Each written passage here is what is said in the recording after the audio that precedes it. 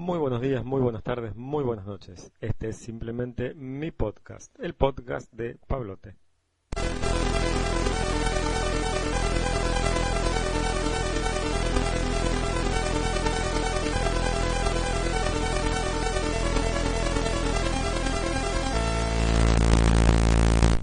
Hola a todos, ¿cómo les va? Mi nombre es Pablo Trincavelli y estoy grabando este podcast desde la ciudad de Rosario, Santa Fe, Argentina.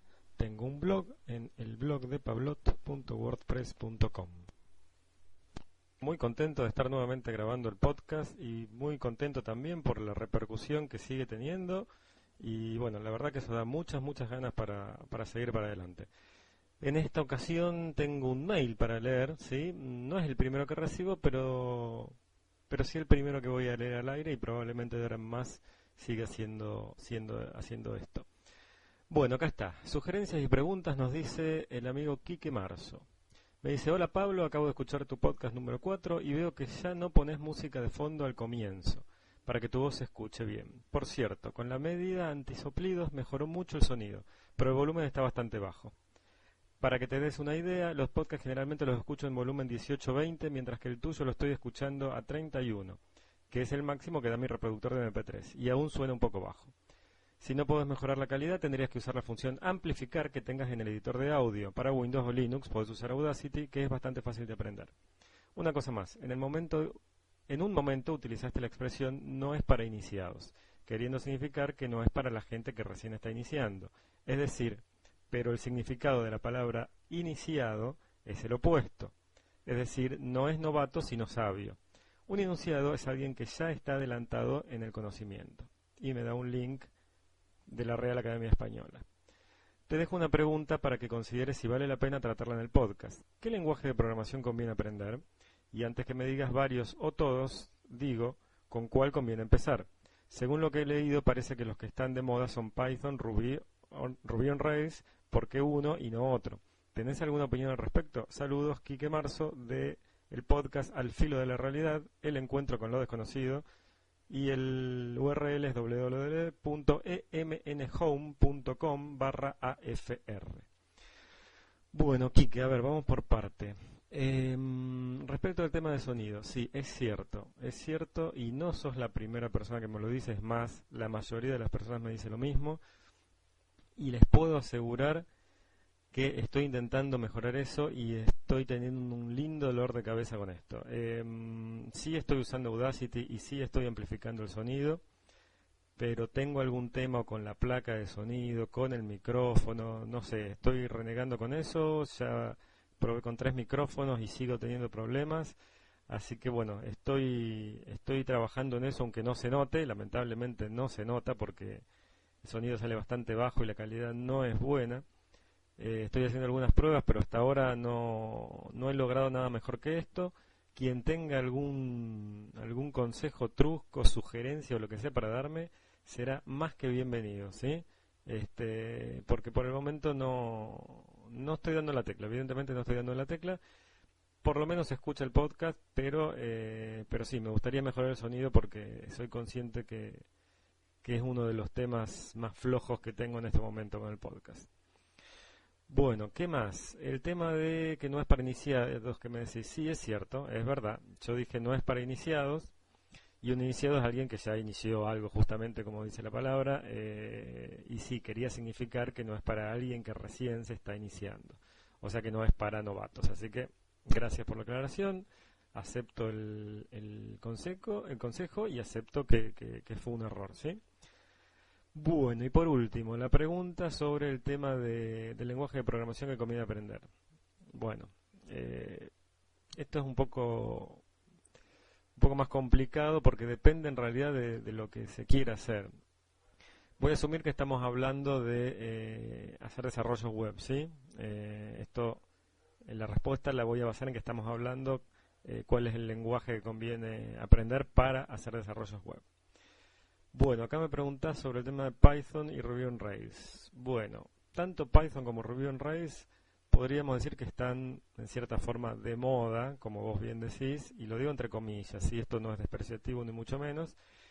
En lo personal no los he probado, los he mirado muy por arriba, o sea, no puedo hablar con conocimiento de causa ni puedo ser objetivo si te digo, mira, es mejor Ruby on Rails que Python, o este no me gusta por una cosa y aquel por la otra. Sería mentira. Te puedo hablar de lo que conozco, ¿sí?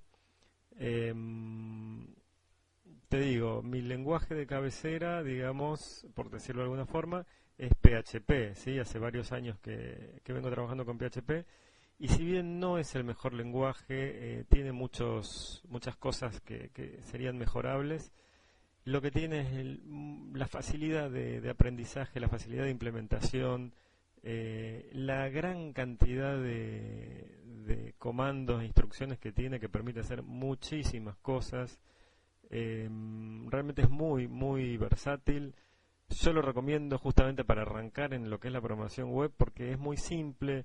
Uno agarra una página HTML, le pone código adentro y ya está. O sea, el servidor web cuando interpreta la página, o cuando la va a servir al cliente, si encuentra código PHP lo ejecuta, lo resuelve y genera el HTML que corresponde en base a ese código PHP. Esto es lo mismo que hace ASP, ¿sí? O es lo mismo, no sé, que ColdFusion, o es lo mismo que JSP, ¿sí? Son tecnologías muy similares. Guarda, la filosofía es la misma, no el lenguaje. Algunos tienen cosas mejores, cosas peores. No hablo del lenguaje, sino de la filosofía, que es lo mismo. Así que bueno, yo te recomendaría, si es para hacer desarrollos web y no conoces nada, me parece que sería interesante empezar por PHP, con obviamente una buena introducción a lo que es HTML, ¿sí? No es que con PHP solo basta. Obviamente, creo que lo mejor, o el punto de destino, por llamarlo de alguna forma, sería Java, ¿sí? Aplicaciones, todo lo que es la parte de J2 Enterprise Edition de Java, o al menos el Standard Edition de Java, con todo lo que es como decía antes, la parte de JSP, Java Beans, Servlets y un montón de cosas. Estaría bueno hacer un podcast sobre esto. Me lo voy a agendar, probablemente tome el tema, pero bueno, por ahora te digo eso. Es muy, muy amplio el mundo de Java. No es que con saber Java ya está, Java y JavaScript y ya sé, no. O sea, eso es un ladrillito de toda la gran pared que hay que construir, el tema de saber Java. Hay que saber mucho más que solo el lenguaje Java para programar en un ambiente web con Java.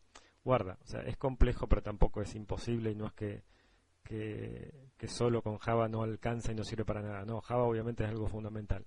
Pero bueno, para arrancar, te repito, mi consejo es PHP. Es muy parcializado el consejo que te estoy dando, porque tal vez Python o Ruby on Rails sean perfectamente alternativas viables, o tal vez mejores, y no lo sé, no te lo puedo contestar, no te mentiría si trataría de darte una respuesta sobre esos dos. Pero creo que no te vas a equivocar si intentas con PHP. Bueno, mucha suerte con esto, y bueno, comentame cómo te va, ¿sí? Cuando tengas alguna novedad, algún avance, comentame. Si tenés alguna duda, no hay ningún problema. En todo lo que te pueda dar una mano, acá estoy. Y te prometo que voy a seguir trabajando con el tema de sonido, que es la gran deuda que tengo con todos los oyentes del podcast.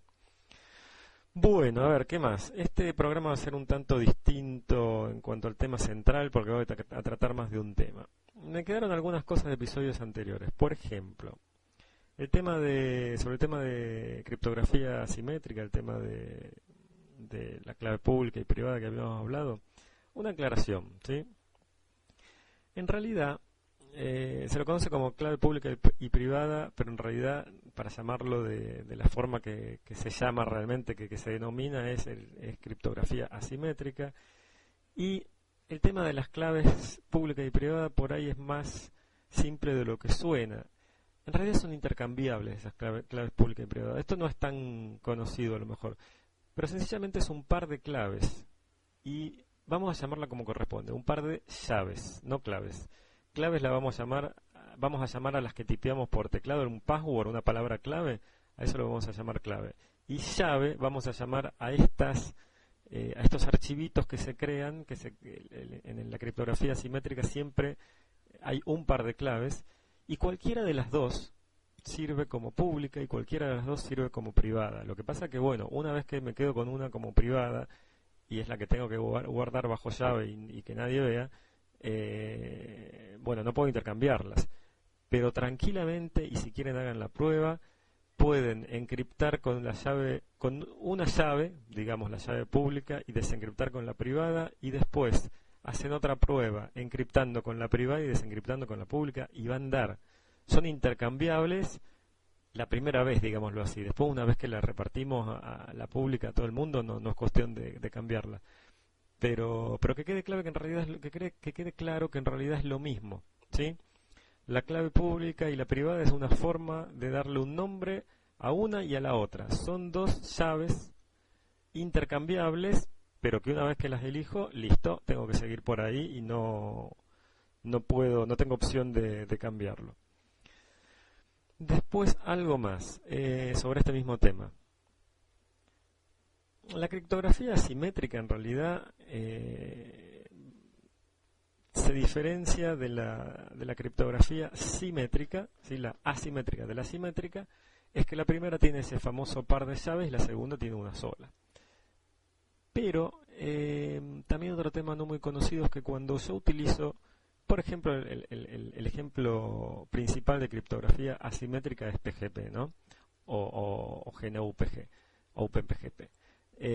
Cuando yo encripto, en realidad, cuando encripto un mensaje, un texto, un archivo, en realidad, lo que estoy encriptando con la tecnología de criptografía asimétrica es una clave que se va a utilizar para encriptar de forma simétrica el archivo, ¿sí?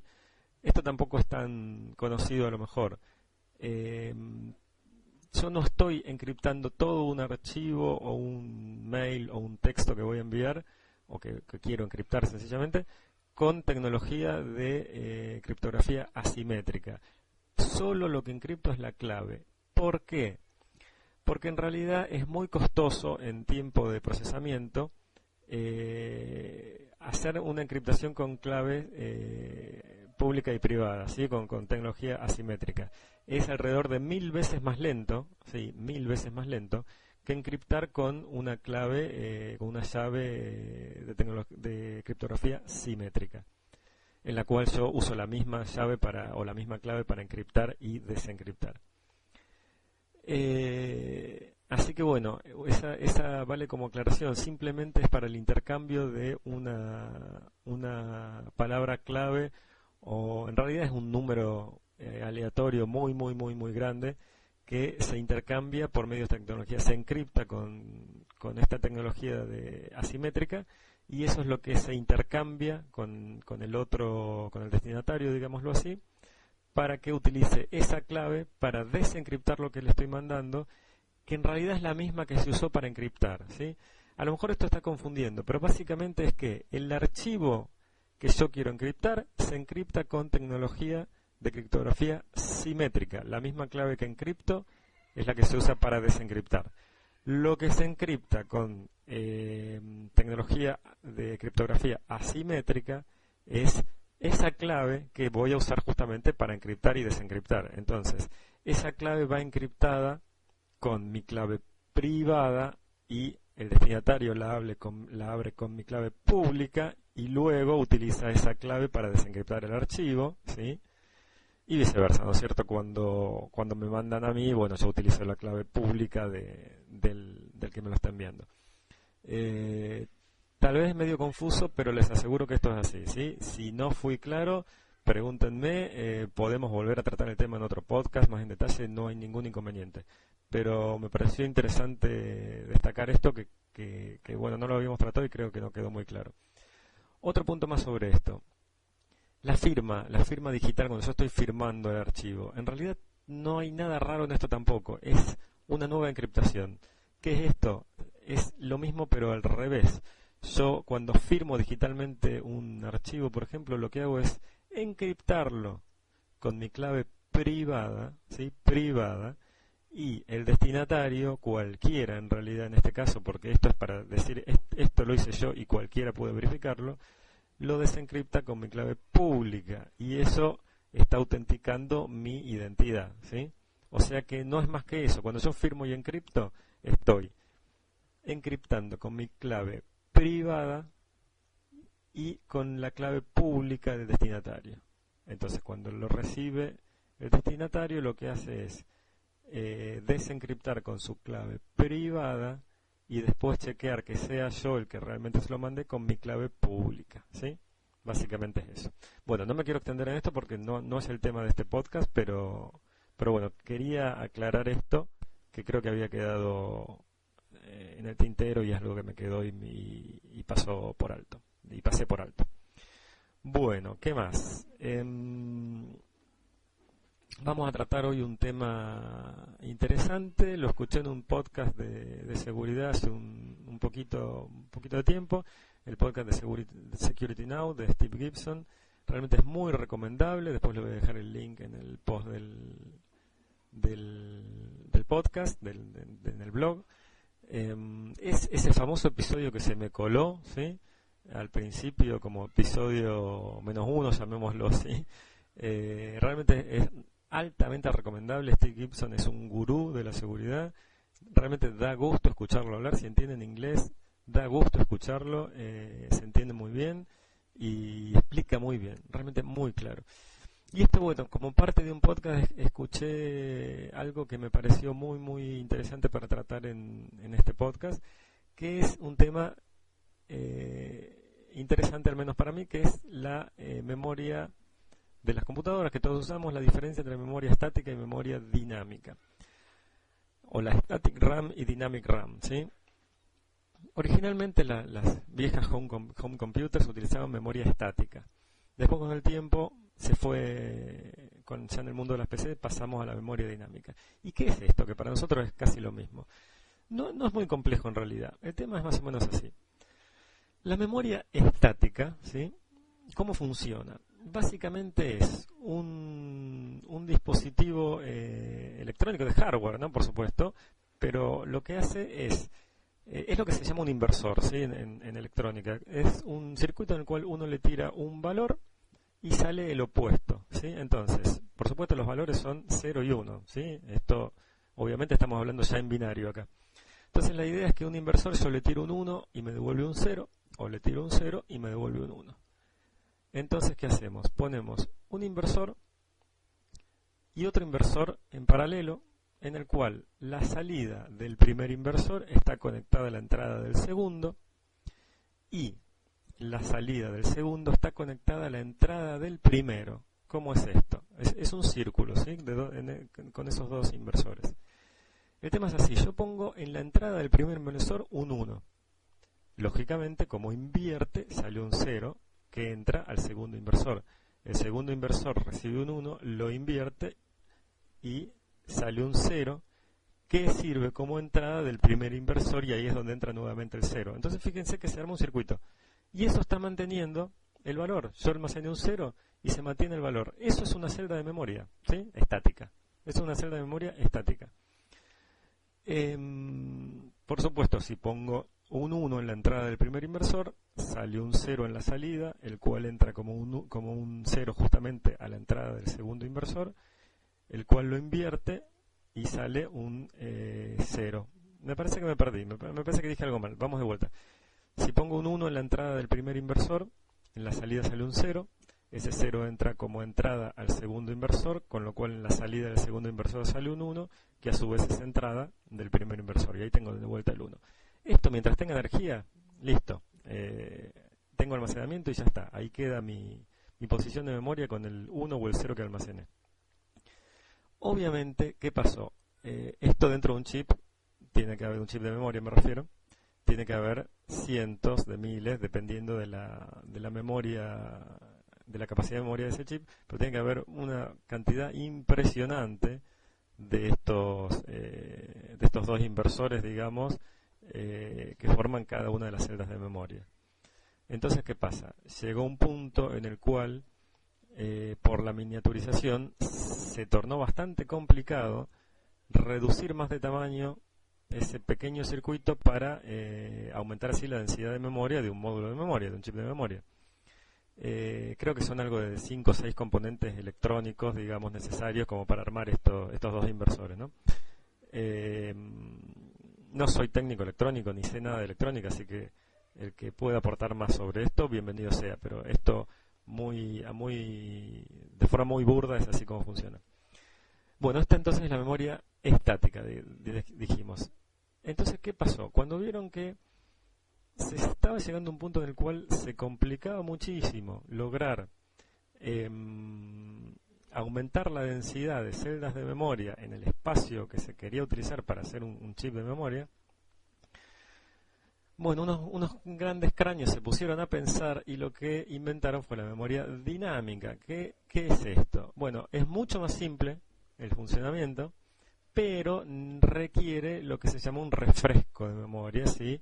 Seguramente muchos de ustedes han visto que los chips de memoria tienen una tasa de refresco, por decirlo así, que se refresca cada tantos milisegundos, lo que fuera. Básicamente, una celda de memoria dinámica es ni más ni menos que un capacitor, ¿sí? Un capacitor es un componente electrónico que almacena una carga de energía, digamos, ¿no? Mantiene energía almacenada, una pequeña pila, por decirlo así, muy vulgarmente, y no me maten los que saben electrónica. Entonces, ¿qué pasa? El tema es que un capacitor va perdiendo de a poco esa carga eléctrica que tiene, entonces hay que lograr que no la pierda. Para que no la pierda hay que refrescar esa carga eléctrica que tiene. Entonces, bueno, un chip de memoria dinámica son obviamente también miles y miles de estos capacitores, pero diminutos, ¿sí? Obviamente son totalmente invisibles, digamos, al ojo humano. Al menos seguramente con algún gran microscopio se puedan ver, pero digamos que si uno abre un chip no va a haber capacitores adentro. Pero bueno, están. Y básicamente es eso, es un capacitor que almacena energía. Y claro, cuando tiene energía es un 1, cuando no tiene energía es un 0. Esa energía va disminuyendo, ¿sí? Primero está al 100%, después va bajando. Y mientras el refresco se haga antes de que se pierda del todo esa energía, entonces el valor almacenado en la memoria se mantiene. O sea, si se refresca varios cientos de veces por segundo y no llega a descargarse, obviamente, entonces ahí tenemos que ese capacitor que almacena una carga de energía está almacenando un 1. Si no tiene energía, está almacenando un 0. Así de simple, así de sencillo, en términos muy burdos, por supuesto, pero más o menos funciona así.